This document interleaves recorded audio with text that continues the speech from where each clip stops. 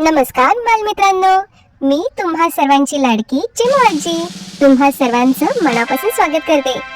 बालमित्रांनो, आज मी तुम्हाला एक शहाणा ससा आणि धूर्त कोल्हा यांची गोष्ट सांगणार आहे। एका जंगलात एक शहाणा ससा आणि एक चलाख कोल्हा राहत होता। कोल्हा खूप धूर्त होता आणि नेहमी दुसऱ्यांना फसवण्याचा प्रयत्न करायचा। ससा मात्र खूप हुशार आणि वेगवान होता। एके दिवशी कोल्ह्याला ससा पकडायचा विचार मनात आला। त्याने ठरवलं की तो सशाला फसवून पकडेल आणि कोल्ह्याने सशाजवळ जाऊन त्याला म्हणलं, "काय रे ससा, आज आपण दोघं मिळून शिकार करूयात, खूप मज्जा येईल." ससा शहाणा होता, त्याला लगेच कोल्ह्याचा खोटेपणा लक्षात आला, पण त्याने काहीही न दाखवता होकार दिला।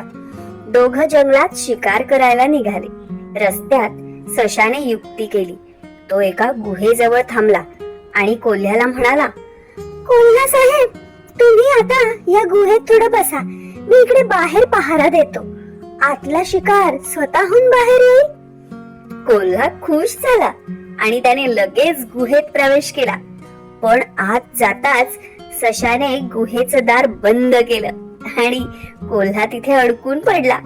ससा त्याच्या युक्तीमुळे वाचला आणि कोल्हा त्याच्या धूर्तपणामुळे स्वतःच फसला।